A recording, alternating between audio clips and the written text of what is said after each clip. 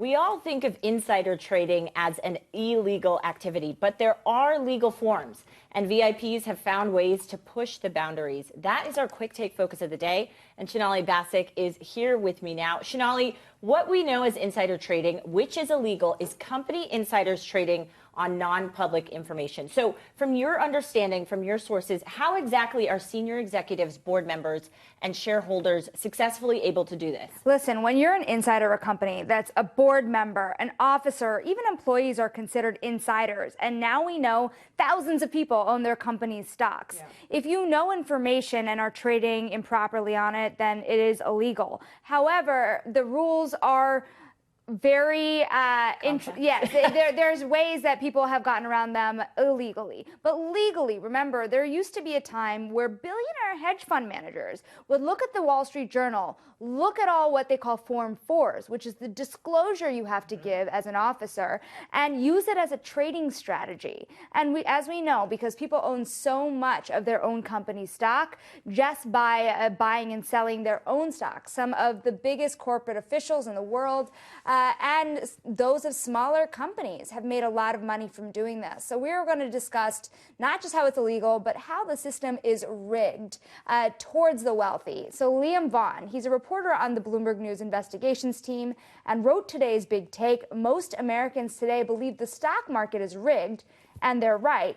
Also joining us is Daniel Taylor. He's a professor at the Wharton School and head of the Wharton Forensics Analytics Lab. Liam, Daniel, thank you both for being here. Liam, in your story, you wrote that it has long been an open secret that insiders trade on what they know. How does that happen, and why is it allowed? Yeah, I think that's one of the things that really fascinated me about this story, which is that you've got, on the one hand, the law that everyone thinks they know around insider trading, which is that if you have got access to material non-public information, then you're not supposed to trade on that. And there's kind of all these mechanisms that are in place to sort of try and prevent that happening. But then on the other side, if you actually look at the performance of insiders, like no matter which way you kind of slice it and dice it, as Dan will tell you, because he's done the work, insiders come out on top. So if their companies are in trouble, they get, they manage to sell stock before the share price falls, before everyone else. If something good is on the horizon, they seem to be able to buy it ahead of time. And this is so kind of pervasive that there's now these services that exist that essentially rank America's insiders and tell you who the best are. And so, some of these insiders have got track records of like 75, 80% of the time they're getting it right. And so, there's this weird dichotomy between, on the one hand, what the law is supposed to be and what everyone thinks the law is, and on the other, the reality of the situation. And that's what I find really, fascinating about this subject. I want to give you guys an example real quick here because, I myself had reported this story a couple years ago about John Paulson, a billionaire hedge fund manager who was on the board of AIG. And at the same time, his hedge fund was selling the firm's stock while AIG was about to report a $3 billion loss. It was not illegal because it was his fund that was selling, right? And so, Professor, I'm wondering if you can describe how finicky the rules are here, what the fine lines are here, and how, in your experience, you've seen people get around them. I think the first thing is to recognize that there is no codified law in the U.S. that says, insider trading is illegal. We don't have a law against insider trading. What we have is a series of anti-fraud statutes and case law that's built up over time that then gets applied to specific instances. And so by virtue of not having a literal law against insider trading, that leaves a lot of gray area in terms of whether the prior case law applies to a particular situation, right? So the example that you gave about a hedge fund potentially trading while the director was on the board, a lot of companies have insider trading policies and blackout windows that would prevent tradings of their officers and directors during material events, earnings, mergers, and acquisitions. Looking in the data, those policies don't always seem to apply to the director's funds.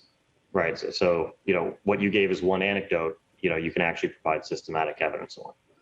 And so I think what's happening is that as we've gotten better and better at data analysis and easier compute times, we can actually get better at sifting through the data and starting to see a lot of, let's call it suspicious or anomalous trades. Well, and Daniel, part of your work has been to try and work with the government to come up with a defined law. Why haven't we seen that? I mean, why isn't the government really stepping in to work on this a little bit more? Well, I think that the current SEC has actually, I would say, stepped up to the plate quite admirably, especially on Rule 10b5-1 trading plans. So those are the plans that allow insiders to basically pre-schedule their trades in advance. And then basically the theory is that they don't touch the plans and they execute. And under the current SEC, they basically clamped down or proposed clamping down on those abuses of those plans. But in terms of the actual insider trading law, unfortunately, it's really a symptom of the paralysis in Washington D.C. I mean, to pass a law, you're going to have to get the Senate and the House to agree on something.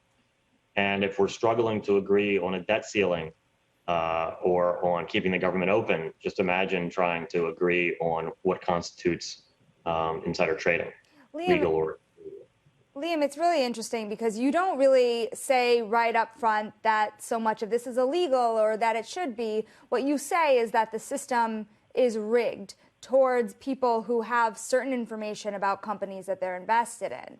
And so can you give us some examples of why exactly you're saying the system is rigged? Well, to be fair, Dan is the one that I quote, saying the system is rigged. But I think, it's a fair comment. And the reason for that is just, if you look at his work, which kind of takes the overall pool of insiders, it shows you that in so many different ways, insiders have inbuilt advantages that are borne out in their performance. So, for example, he did some fantastic work looking at companies that were owned by the SEC. And there's a lot more than you think. There's literally hundreds every year that get started. And lots of those investigations don't go anywhere.